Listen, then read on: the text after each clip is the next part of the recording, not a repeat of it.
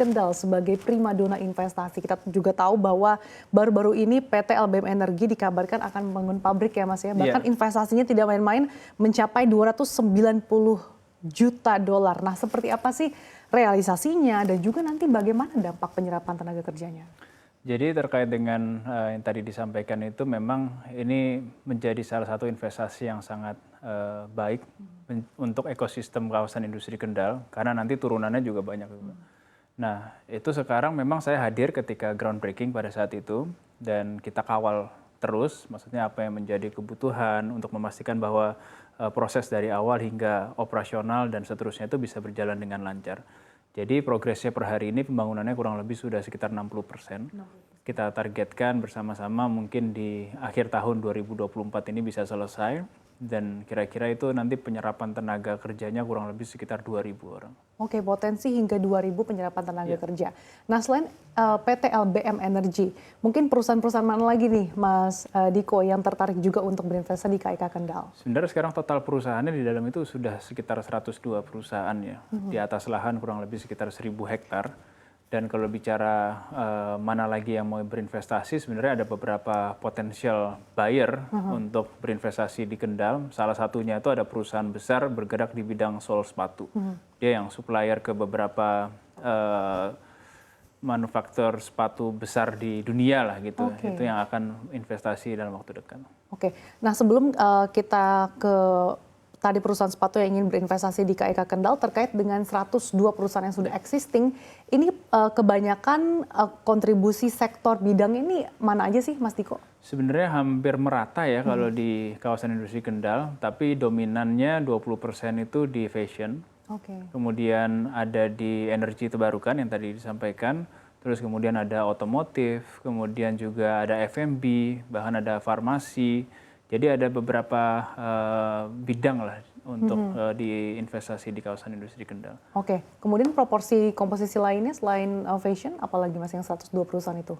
Ya itu yang tadi saya sampaikan, ada otomotif juga ada, kemudian terus ada F&B, terus juga ada kayak semacam mainan anak-anak gitu. Jadi ada banyak lah di dalam kawasan industri. Oke, terkait dengan pabrik brand sepatu yang cukup besar yang akan berinvestasi di Kendal. Nah, apakah ini merupakan perusahaan yang relokasi dari Jawa Barat atau daerah lain, Mas Diko? Ini kalau nggak salah relokasi dari luar negeri, dari Taiwan kalau nggak salah.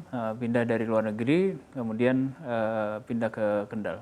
Oke, jadi bukan memang relokasi pabrik yang dari wilayah lain ya? Wilayah dari luar Indonesia. Oke, cukup menarik. Sebetulnya berbicara soal daya tarik dari Kendal, apa sih yang membuat Kendal begitu menjadi magnet bagi para investor, tidak hanya asing tapi juga lokal? Saya rasa yang pertama tentunya kebijakan kawasan ekonomi khusus, karena di situ diberikan kebijakan tax holiday dan tax allowance. Di luar dari situ secara infrastruktur, kawasan industri Kendal itu hanya 10-15 menit dari exit tol. Kemudian yang ketiga tentunya utility. Seperti air bakunya sudah terfasilitasi dengan baik. Kita punya bendungan Kali Blorong dan akan dibangun juga bendungan Kali Bodri. Kemudian pipa gas juga sudah tersambung sampai dalam kawasan industri. Dan tentunya dengan biaya yang kompetitif juga ini merupakan salah satu kekuatan kita investasi di kawasan industri Kendal. Oke, salah satu yang menjadi polemik ketika investor berinvestasi tanah air adalah terkait dengan perizinan. Bagaimana Kendal memberikan karpet merah khususnya terkait dengan perizinan bagi para investor? Ya, memang kalau di Kendal kan kita sudah memiliki mall pelayanan publik, di mana perizinan itu diurus di satu atap. Jadi seluruh perizinan itu sekarang sudah bisa difasilitasi dari awal hingga akhir melalui satu tempat yang dinamakan mall pelayanan publik. Kemudian di situ juga karena kita prioritasnya membangun industri di Kendal, jadi untuk para pelaku industri itu memang kita treatment lebih spesial dibandingkan yang lain. Jadi ada treatment khusus apa, Mas Diko? Untuk memastikan bahwa semua kebutuhan perizinan yang dibutuhkan oleh calon investor bukan hanya yang kewenangan kabupaten, tapi kewenangan provinsi maupun kewenangan pusat, kita dari pemerintah kabupaten ikut turun tangan membantu dan memastikan bahwa semua perizinan itu bisa terfasilitasi. Oke, selain bantuan tadi pelayanan publik, ada nggak sih dari Pemkab dari Kendal sendiri untuk memberikan treatment khusus mungkin bagi sektor-sektor khusus yang berinvestasi di Kendal?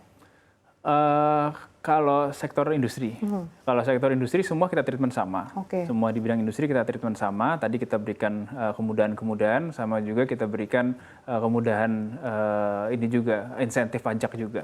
Jadi pajaknya juga sudah kita buatkan aturannya, kebijakannya sudah ada. Kemudian nanti mereka bisa mendapatkan insentif pajak dari pengajuan yang mereka berikan kepada kita. Oke.